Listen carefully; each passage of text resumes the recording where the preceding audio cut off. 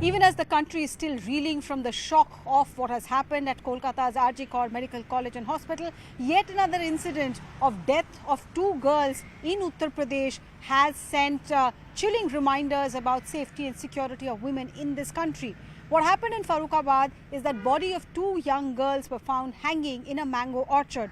As per the family, these two girls aged 15 and 18 had gone to see the Jhanki of Janmashtami on the 27th of August. They did not return home, and one of their younger cousins told the family members that perhaps the girls have gone to sleep at their aunt's place since the Janmashtami program ended only after 1 a.m. The family next morning were in for a shocker.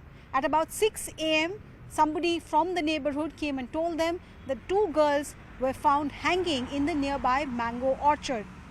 They were found hanging using the same dupatta or stole. The police was called in, and the police initially said, prima facie, their finding was that this was a case of suicide. Now 24 hours later, the family members and the neighborhood is raising several questions about the police theory.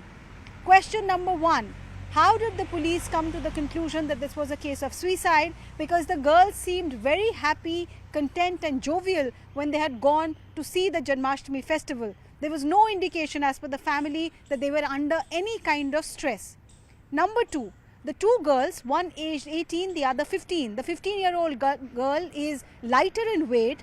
So scientifically, if the two use the same stole, then the younger girl's body should have been hanging higher.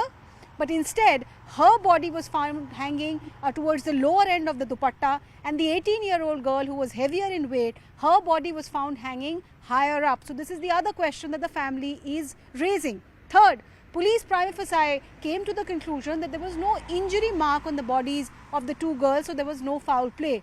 But now the family members, especially the women of the household, claim that when they were preparing the two girls for the last rituals, they noticed that there were marks on their body, marks which looked like somebody had used a belt on them.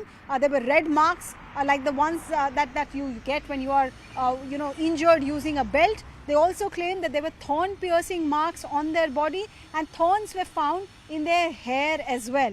So where did these marks really come from if this was a case of suicide is what the family is asking. The fourth question that the father of the younger girl is asking is that why did the police not wait for the forensic team's arrival? As per him and as per the villagers, a knife was sought when the police arrived, and that knife from the next door household was used to cut the dupatta and bring the bodies down. The villagers now say that did this amount to destroying evidence? If the police had waited for the forensic team, perhaps they could have gotten more evidence from the spot.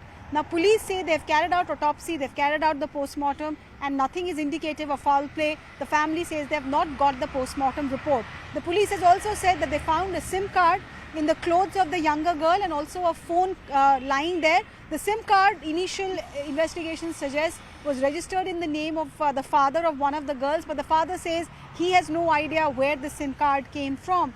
There are several other questions about that phone also. Some reports seem to suggest that that phone belonged to one of the male cousins of the girl. He had left it at home to get charged, and he had no idea how it reached the crime scene.